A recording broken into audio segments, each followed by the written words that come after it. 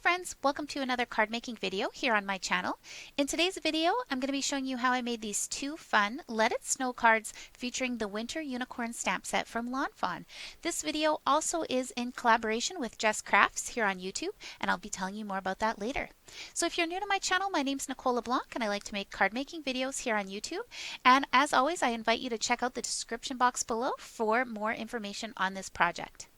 So to get started today, you can see here that I've already gone ahead and pulled out and trimmed down a piece of white cardstock. This is some Bristol Smooth cardstock that's been trimmed down to A2 size, so it's 4 1/4 by 5 1/2 inches.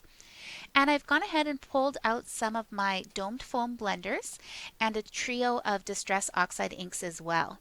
Up on the top left, you can see those oxides are Salvaged Patina, Peacock Feathers, and Chipped Sapphire. So to start out this background panel, I'm just dipping my foam blender into one of those colors at a time and in circular motions applying the ink to the cardstock panel. When I blend with oxide inks, I usually like to do a first layer kind of to just get the color down, and then afterwards you'll see that I come back and try to blend the different colors together. Another thing that I want to note here is that you will see that I do switch out my domed foam blender in between switching the different colors of Distress Oxide, and that is just so that I don't contaminate any of these ink pads with other colors. So you can see that I'm just kind of going back into the different shades, slowly applying more and more color and blending those different shades together until I'm happy with the project that I have. Another thing worth mentioning in this project is we will be doing both some stenciling and layering quite a large die cut on top of this panel. So honestly, I'm not super worried about getting a perfect blend or, you know, the most beautiful background ever, because we are going to be doing quite a bit to it, and you'll see later on that a lot of those imperfections are going to be hidden in the final project. So once I'm happy with those three first colors here layered on my panel, I've gone ahead and pulled out a snowflake stencil. This stencil is the snowflake background stencil from Lawn Fawn. It actually comes in a set of two, but in this project I'm only going to use one of those stencils today. And I'm going ahead and applying those same three Distress Oxide colors that I used on that background panel earlier, but this time I'm applying them with a Catherine Pooler blender brush through the stencil. So me personally, I find that I have more success with stencils when I use blender brushes than the foam tools. So that's why I went ahead and switched out to these blender brushes.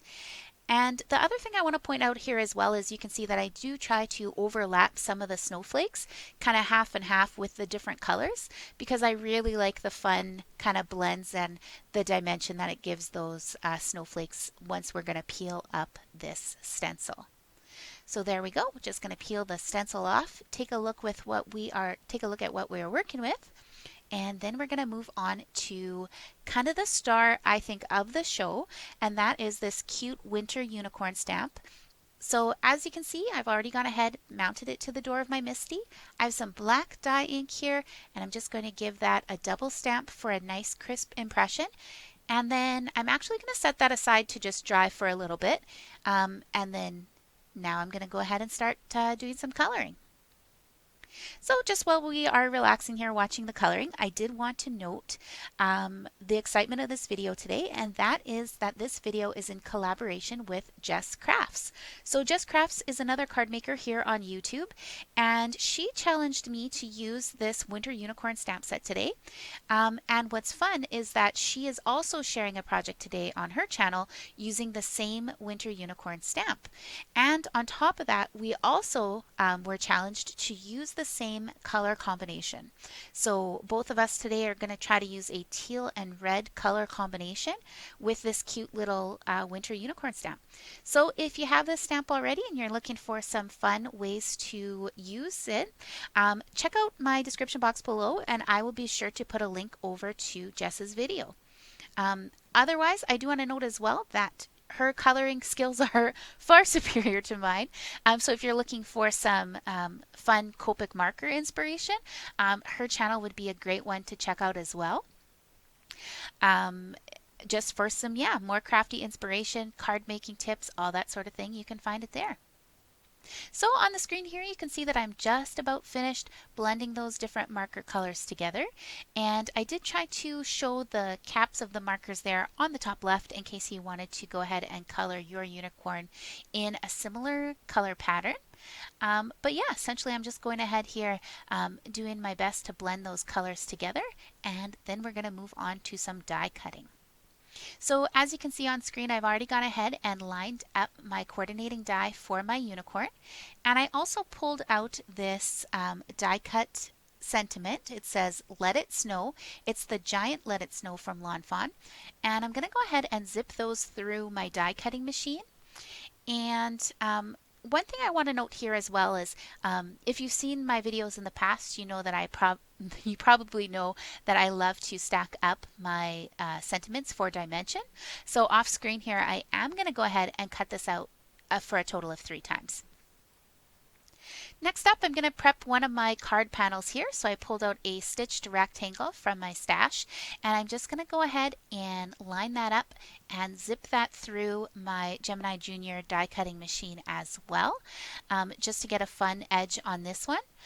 For the second card panel, I will not be trimming that one down, but you certainly could if you wanted to. So just going to go ahead, pop that die out of the machine and release the paper there from the die. And now we're going to start assembling the first card. So as I mentioned earlier, I'm going to go ahead and start with stacking up these Let It Snows. And I'm just using some Tombow Mono multi-liquid glue to do so. So I just sort of line them up as best as I can and then pinch the different layers together. And then I'm going to move on to the next layer. So once I'm happy with that layered die cut, I'm just going to set that aside, and I'm going to go ahead and adhere the background panel to my card front. I've already gone ahead and stuck some double-sided foam on the back of that off camera, so that is foam mounted. And then I'm going back here with that liquid glue once again, just to adhere that giant Let It Snow sentiment. And then really at this point, all that's missing, of course, is this super cute little unicorn. So I'm going to go ahead and pop that guy up with some foam squares. And I'm going to go ahead and adhere him just to the left of my sentiment, trying not to cover too much so that the sentiment is still legible. And then really at this point, I thought the card just needed a little something extra. So I went ahead and pulled out a glitter brush marker. This is my glitter brush marker from scrapbook.com. It's a clear glitter brush marker. And I'm just going ahead and swiping that over the mane, the horn, the scarf on my unicorn, and over that entire Let It Snow die cut as well, just to give it a little bit of sparkle and shine, because this is a holiday card after all. So that's the first one, and now we're going to move on to card number 2. So for card number 2, like I mentioned earlier, I'm going to start with that exact same kind of ink blended panel, but this time I did not, like I say, I did not trim this one down. It's still 4 1/4 by 5.5 inches, and I went ahead and slid that into a cellophane bag. These are actually just inexpensive little plastic pouches that I buy off Amazon to store my completed cards in, to keep them kind of safe and nice and safe. So that's what this plastic pouch is about. And I've gone ahead and taken some scrapbook.com double-sided adhesive, and essentially I'm just folding in that side and taping it down to make a nice tight snug pocket, so that I can fill this with all sorts of sparkly fun little crafty goodness in here. So I went through my stash and I went ahead and pulled out some teal sequins and some red sequins, of course, because that is our color combo today. And then I also found some fun kind of snowflake and iridescent sequins as well in my stash that I'm going to pour in there also.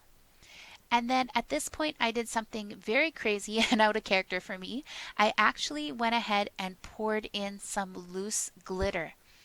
I know there's glitter lovers out there and glitter haters, and honestly, most of the time, this loose glitter, I don't use it just because it is absolutely terrifying, the whole idea of cleaning it up after.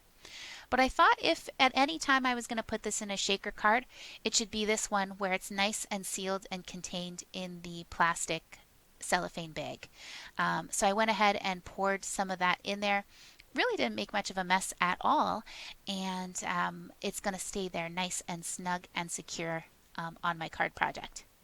So I kind of wiggled it around, got a look at what I was working with there, and when I was happy with the amount of shaker bits in my card, I went ahead and added some more of that scrapbook.com double-sided adhesive to the back of that cellophane bag, just so that we could seal it up here in a moment.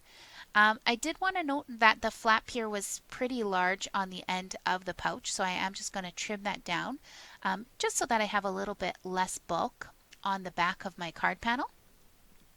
But yeah, really, as far as this background goes, that's all there is to it. Just going to remove those adhesive backers and then go ahead and smooth it out and stick back that plastic flap as tight as I can on the back of that shaker panel. And there's our background ready to go. So similar to the other card, this one's also going to be an A2 sized card.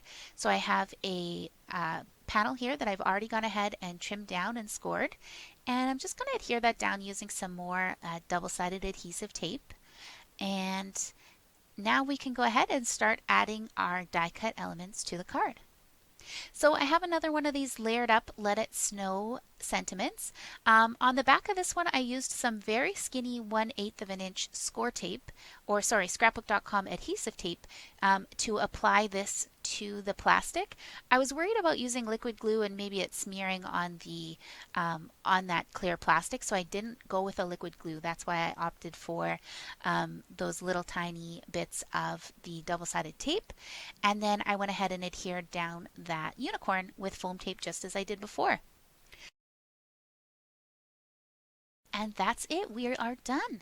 So just as we take some final looks at the project, I just want to say thank you so much for checking out my video today.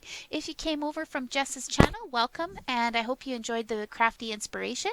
And of course, if you want to see more inspiration with this unicorn as well, please do check out her channel, and I'll be sure to link it below. So thank you so much for watching, and until next time, I hope you are keeping it crafty. Bye.